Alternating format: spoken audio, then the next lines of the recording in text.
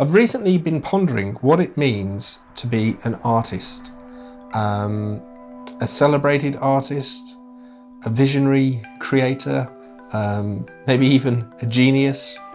And no, I'm not talking about myself here, but I'm talking about all the many great musicians that have existed in the years and decades and centuries before. And many of those people we do consider to be genii. I don't know what the plural of genius is. Geniuses. But in this sort of ever-changing world in which we live, and with the advent of AI, is that era over? The era of the lone genius, the lone musician or artist working on their creative pursuits, whatever they may be, and struggling and striving to create something. And maybe creativity no longer belongs to the individual, and it's in fact distributed between other entities, whether they be humans, machines, or systems. And that's what I want to talk about a little bit in today's video.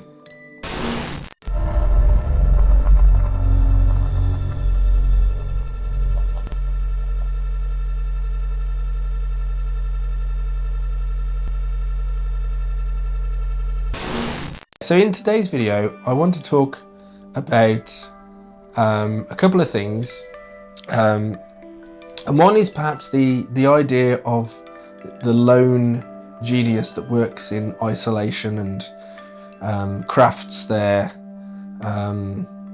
art or music or whatever it may be to perfection, and then pours it out into the world to be appreciated by the masses and so on. So this kind of romantic idea of the solitary artist, whether that's your Beethovens or Picassos, or even more modern people, like whoever, Aphex Twin. I did a video about Aphex Twin recently, so he's constantly in my thoughts. But in truth, I think the idea of the genius is kind of a myth, and that is something that it's not a new idea. Brian Eno talks about that, or has talked about that quite a bit, and what he refers to, I think he calls it scenius, where there's a scene, and really anybody who might be labelled a genius is just somebody who rises to the top of a scene that is existing, their contemporaries, and they're sort of riding that wave, and they're the ones that probably get known by the public, but there are equally talented or skilled people around as well. So what does it take to become a genius? I don't know, because I'll probably never be one, so but in some ways, a genius is just somebody who is that further along the path than we are. There's lots of people that watch these videos, lots of different levels of musical ability, and some people probably watch some of the stuff that I put out, some of the music, maybe some of the things that I talk about, and find it inspirational or entertaining in some way, and attach some kind of value to it, and maybe that might be in some cases because I'm a little bit further along the path than they are. However, to other people who are perhaps further along the path than me, they probably see my videos as the ravings of an imbecile. So I think in many respects, and again, I'm not trying to claim genius for myself in any way, but in many respects the way you perceive someone is wholly dependent upon your own position. So that's one thing, that's one thought, and the idea of genius, I guess many geniuses are expert in their thing, in their field. They're not necessarily expert in all fields. Although I guess some people are expert in many fields. And you know, we each have the opportunity to become our own genius in a way. You know, you become a kind of expert in yourself and what you do, especially as an artist. And the music or the art or whatever it is that you create is really a sort of connection to yourself, I think.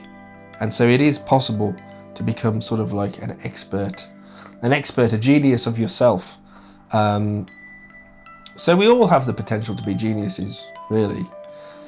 So I think that's something which is worth considering. You know, artists rely on the things around them. They rely on the tools that they use. They rely on people to collaborate with, context, culture, and so on. All kind of frames the art that people make.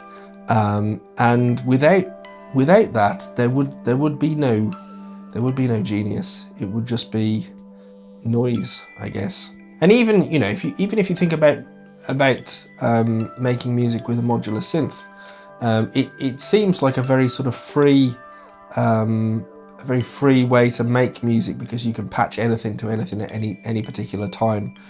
But when you think about the thought that has gone into the modules and the way that they're laid out and the design of the modules, there's obviously some intention there behind those designs, and the module itself will influence the user in the way that they use it, and the ideas that they have. So even somebody who, you know, you might consider to be a genius at modular synth, they're only really as good as what they have to work with, as well as their own ideas that might lead to their genius.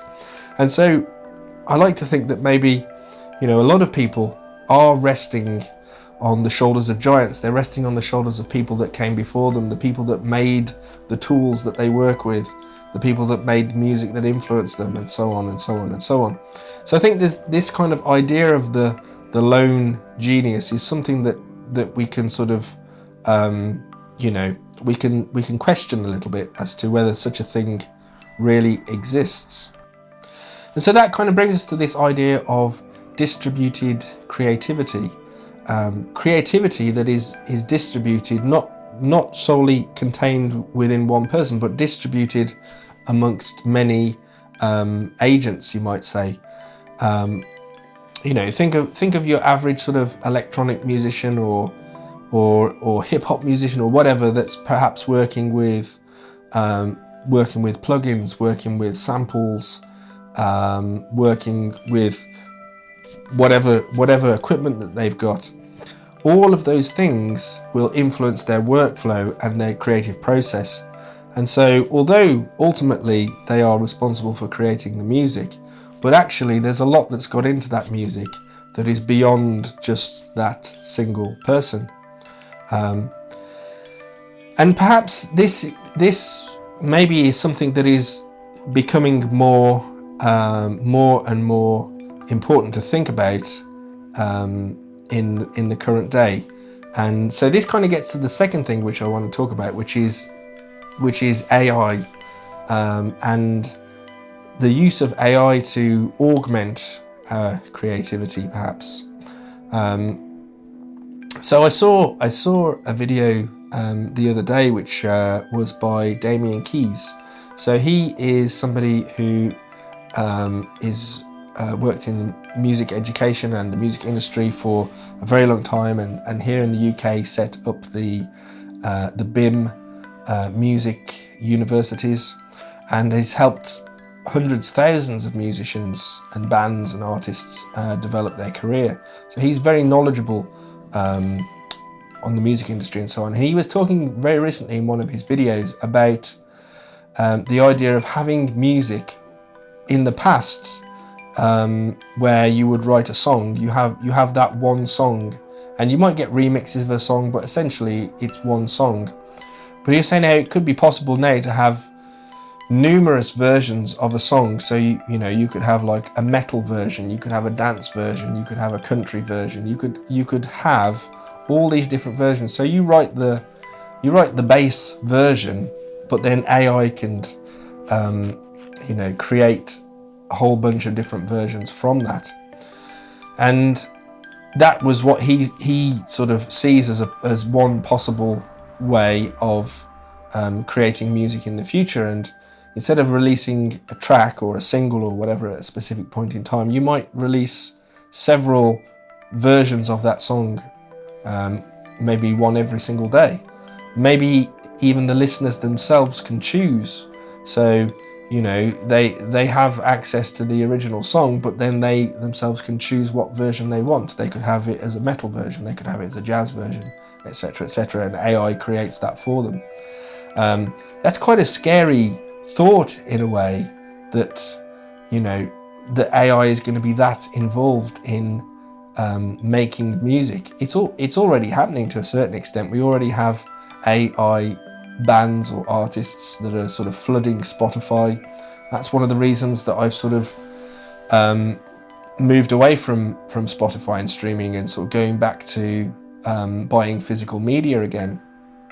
But AI is kind of the cat's out of the bag, isn't it? It's not going to go away. And although we have people who make music the traditional way, you might say, I have a feeling that's going to become less and less in the future. And so this kind of idea of distributed creativity is really going to explode, and AI is going to be part of that. And so that also,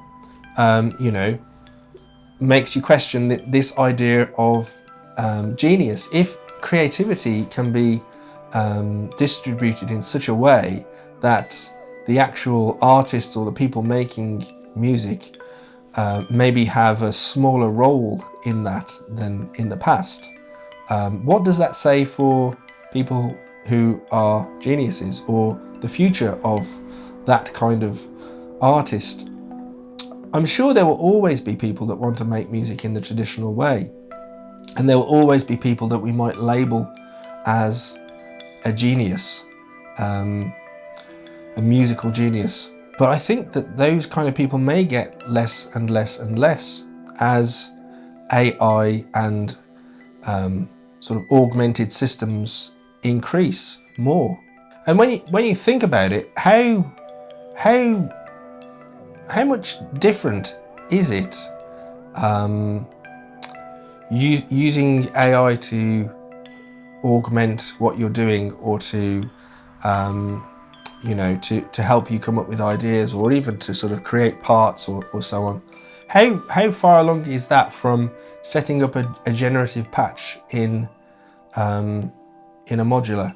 Well, I guess your modular is not going to churn out a hit pop song after you've patched all the cables together. But to a certain extent, modular artists have been working in this distributed way for pretty much since the medium has existed. And that's part of the process, I think, of working with modular, that it does a lot of the time feel like you are collaborating with the instrument. When you patch things together and you have all these happy accidents and surprises that come out, it sometimes doesn't feel as if you're actually creating the music yourself at all, but the modular is doing it for you, or at least is influencing what happens. And of course you hear what happens as you patch things, and sometimes you're surprised by that, and then that will influence how you build the patch even further. And it kind of creates this sort of feedback loop where the modular is an active participant in the creation of the music. And so in that respect, the artist is not necessarily actively composing, but they're more kind of designing the system and then seeing what happens. And in some ways that's very similar to how you might work with AI. A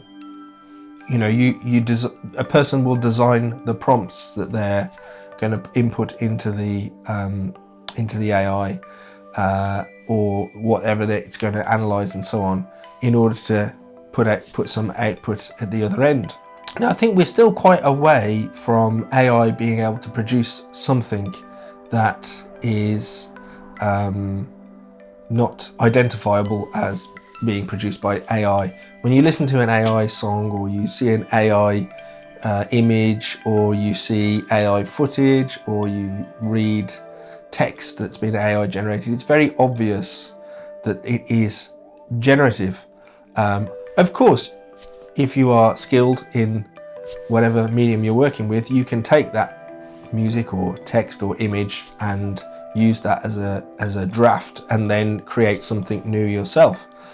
And so really that process is very similar, I guess, to how you might work with a modular in terms of creating a system, i.e. some prompts that's going to generate something, and then having the feedback from that then enables you to work with that, whatever it spits out, and then produce something else, and have this kind of iterative process where slowly over time you are creating something which hopefully has meaning and isn't just the first thing that the AI spits out.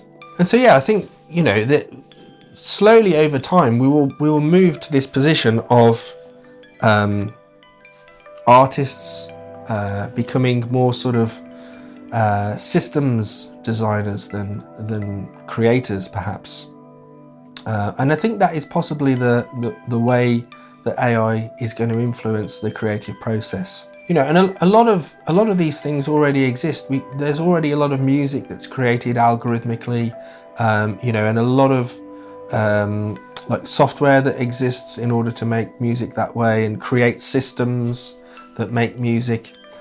You know, such as Max MSP or Super Collider, or other types of software as well, Pure Data, etc. So it's kind of interesting to think about really what the future might hold. And I'm not trying to make this video with the intention of saying, you know, one way or another that this is a good thing or a bad thing. I think it's just interesting. It's an interesting time at the moment to see how all of this unfolds. But one thing is for certain, that AI is not going away. And, you know, you keep seeing things crop up about, you know, it's the end of this industry and it's the end of these jobs and so on and so on. And I'm sure there will be huge shake-up across the world with how AI affects, you know, the economy and all the rest of it. And it's interesting to think how it will affect you know, the creative industries, the arts and so on, and what is the likely outcome? How can we move on and embrace this thing without losing our humanity as well? And it sort of again, you know, it makes me think of Rick Rubin, which I have his book here. The Creative Act, A Way of Being, which is very, very good book and worth read. But in there I think he talks about how he can't play any instruments, he doesn't have any particular musical skills, etc., etc., etc.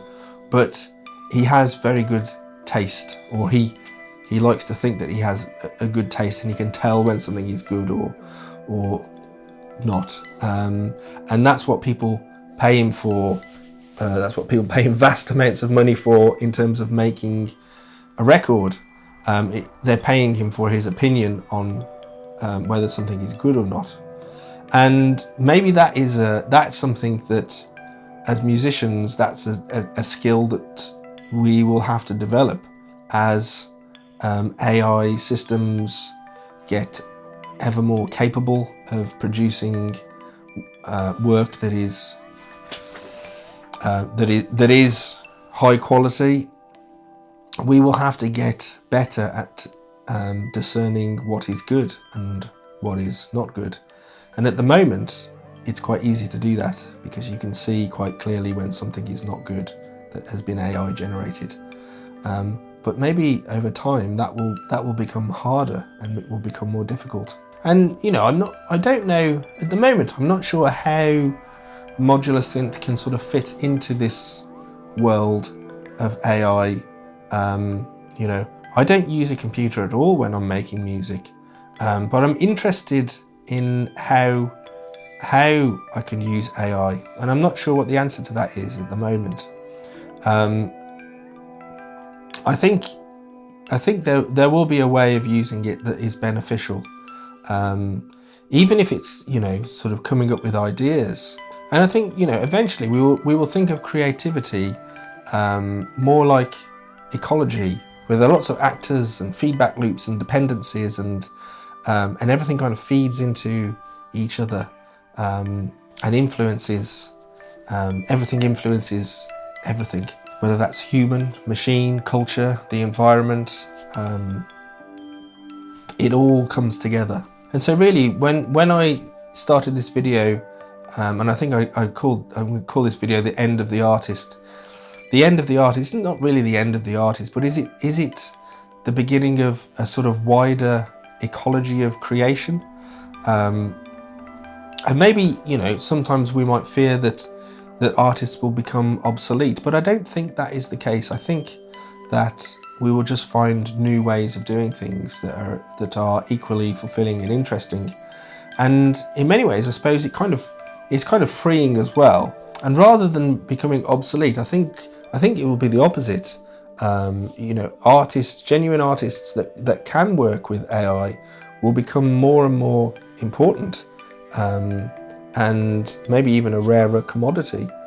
And in many ways, you know, it sort of frees people from the trap of ego. If you are working in a sort of more collaborative way with your environment and systems and machines and so on, then hopefully that means that you're not so tied to your own sense of self and ego and so on and all the rest of it, which is obviously a trap or can be a trap for people.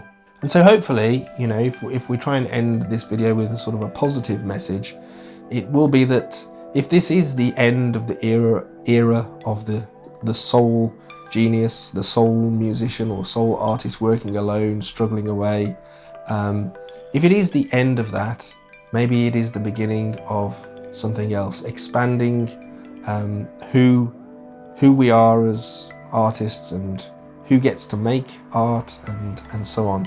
And so perhaps the artist isn't disappearing, they are dissolving into the system, becoming one with the system, and maybe that's how creativity continues and survives in the future. So do you feel like the tools that you have shape your creativity, or do you shape them?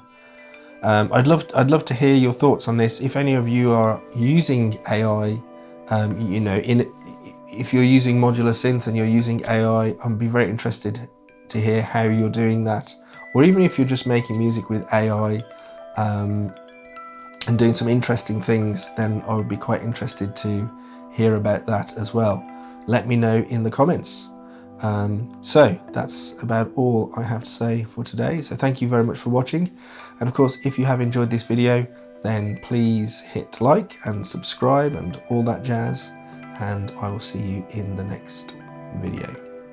Thank you very much. Cheerio.